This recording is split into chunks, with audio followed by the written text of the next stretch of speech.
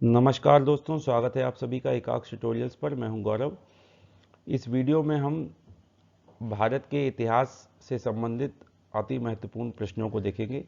इस वीडियो में कुल प्रश्नों की संख्या 20 है और यह हिस्ट्री के जो महत्वपूर्ण प्रश्न हैं उस सीरीज़ का भाग 2 है, पार्ट 2 है। इससे पहले एक वीडियो के माध्यम से हिस्ट्री के अति महत्वपूर्ण प्रश्नों का एक वीडियो एकाक्ष ट्यूटोरियल्स पर दिया जा चुका है। तो उम्मीद करता हूं आपको इस वीडियो से लाभ होगा। और एकाक्ष ट्यूटोरियल्स पर प्लेलिस्ट बना दी गई है जहां पर आप सामान्य अध्ययन के अति महत्वपूर्ण प्रश्नों का अभ्यास करके उनका लाभ उठा सकते हैं और करंट अफेयर्स के महत्वपूर्ण प्रश्नों का भी अभ्यास कर सकते हैं। और डेटा इंटरप्रिटेशन के भी महत्वपूर्ण जो वीडियो हैं वो प्लेलिस्ट के माध्यम से उपलब्ध हैं। तो यदि आपको वीडियो पसंद आए तो वीडियो को शेयर कीजिए और एकाक्ष ट्यूटोरियल्स को सब्सक्राइब कीजिए। चलिए देखते हैं आज का पहला प्रश्न क्या है।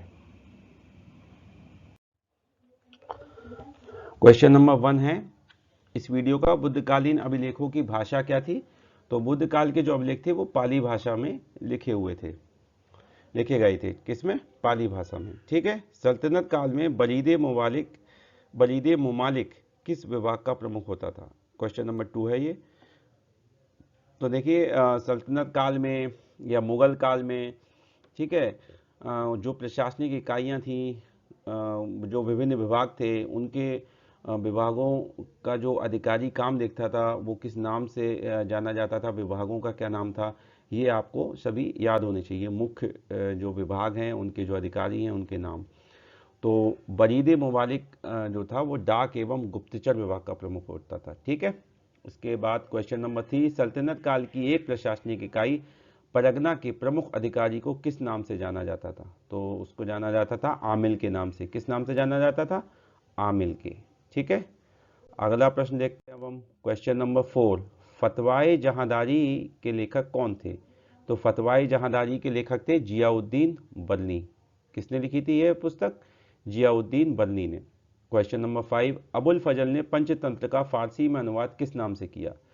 तो अबुल फजल ने पंचतंत्र का अनुवाद किया है अनवरे सुहाइली नाम से। अनवरे सुहाइली। ओके फ्रेंड्स, यदि किसी प्रश्न के उत्तर में आपको त्रुटि नजर आती है तो आप कमेंट सेक्शन में बता सकते हैं जिससे कि गलती को सुधारा जा सके।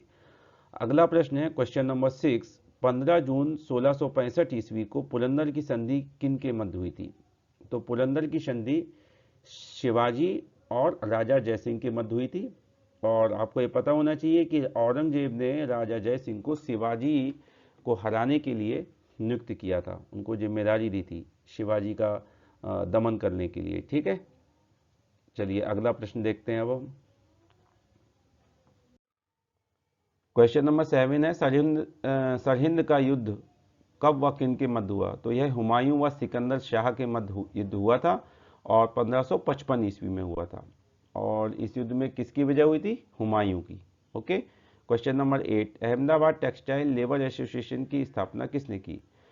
तो जैसा कि जानते हैं आप कि 1918 में अहमदाबाद में मिल मजदूरों की जो हड़ताल हुई थी उसका नेतृत्व 1918 में महात्मा गांधी ने किया था। उसके बाद 1920 ईस्वी में महात्मा गांधी ने ही इस एसोसिएशन की स्थापना की थी। ठीक है। क्वेश्चन नंबर 9, अप्रैल 1930 ईस्वी में किसने चटगांव के शस्त्रागार पर हमला करके उसे लूट लिया था। तो उनका नाम है सूर्यसेन। किसने लूट लिया था? सूर्यसेन ने। ठीक है। चलिए अगला प्रश्न देखते हैं अब हम। क्वेश्चन नंबर 10, चीनी यात्री फाहियान किस शासक के शासनकाल में भारत आया था या किसके शासनकाल में भारत आया था। तो यह चंद्रगुप्त द्वितीय के शासनकाल में भारत आया था। 399 ईस्वी से 414 ईस्वी तक ये जो है भारत की यात्रा की थी फाहियान ने, चीनी यात्री फाहियान ने। क्वेश्चन नंबर 11, आंध्र सातवाहन वंश की स्थापना किस शासक ने की थी। तो इसका सही उत्तर है सिमुक ने जो है इसकी स्थापना की थी 60 ईसा पूर्व में। ओके। क्वेश्चन नंबर 12, वैदिक काल में अध्वर्यु का क्या तात्पर्य था। तो वैदिक काल में इसका तात्पर्य था यज्ञ करने वाला पुरोहित। अध्वर्यु को किसको कहते थे?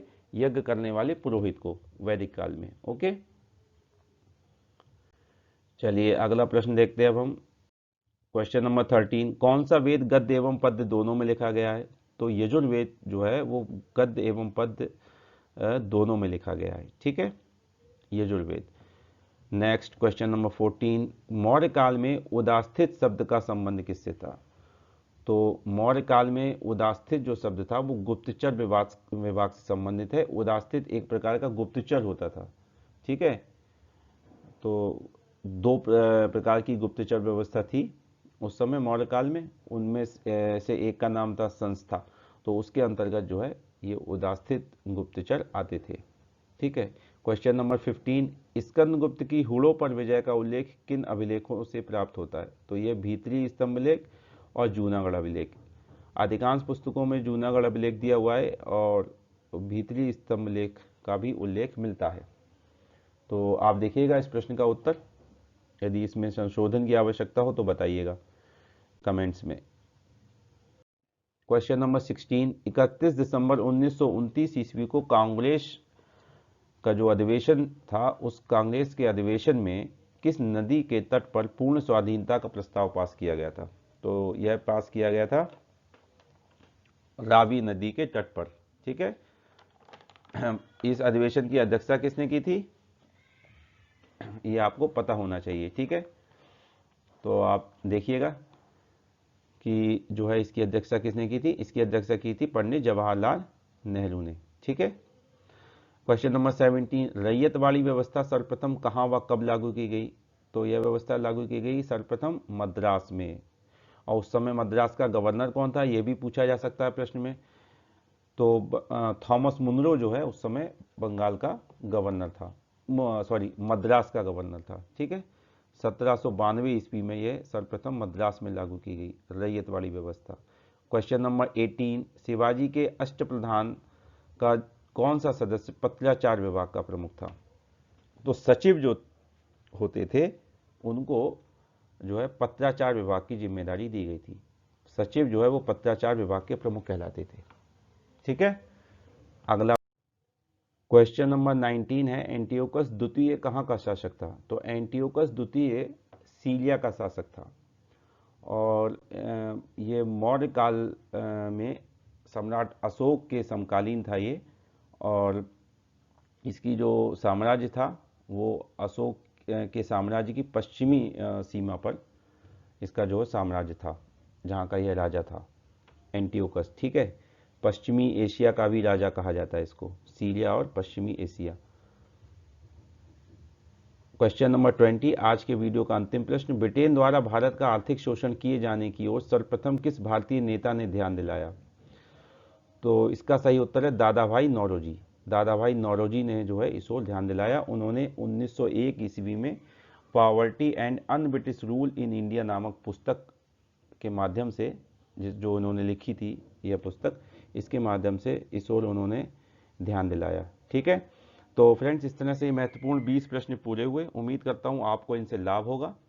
यदि वीडियो पसंद आया तो वीडियो को शेयर कीजिए, और सामान्य अध्ययन, इतिहास के, करंट अफेयर्स के अन्य महत्वपूर्ण प्रश्नों का अभ्यास करने के लिए आप एकाक्ष ट्यूटोरियल्स पर जो प्लेलिस्ट दी गई हैं उनको देख सकते हैं।